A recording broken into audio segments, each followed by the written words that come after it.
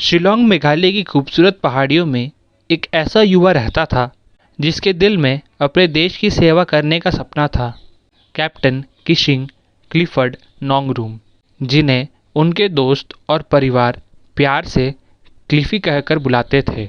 उसका जन्म 7 मार्च 1975 को हुआ था। बचपन से ही वह पढ़ाई में तेज और खेलकूद में भी बहुत अच्छे थे। उनका मानना था कि नॉर्थ ईस्ट भारत के युवा भी गर्व और बहादुरी के साथ देश की सेवा कर सकते हैं। इसी सपने को पूरा करने के लिए वे चेन्नई की ऑफिसर ट्रेनिंग अकादमी में शामिल हुए और बाद में भारतीय सेना के एक ऑफिसर बने। साल 1999 में कारगिल युद्ध के दौरान उन्हें Jammu and Kashmir light infantry के साथ बटालिक सेक्टर में तैनात किया गया।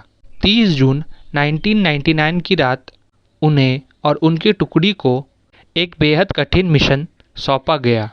दुश्मनों के कब्जे वाले पॉइंट 4812 पर कब्जा करना।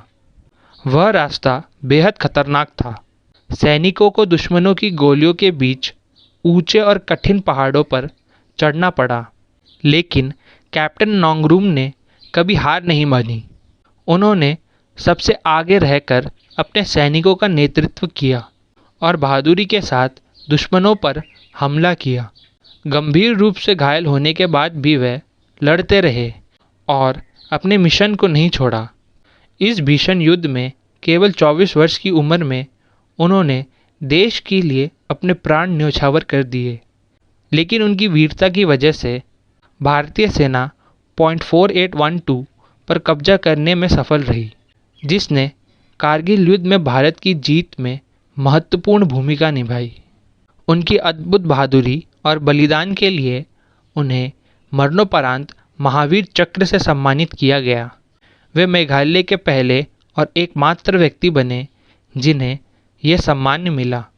कैप्टन केसी नोंगरूम की कहानी हमें सिखाती है कि सच्चे नायक लंबे समय तक जीने से नहीं पहचाने जाते, बल्कि अपनी साहस, देशभक्ति और बलिदान से अमर बन जाते हैं।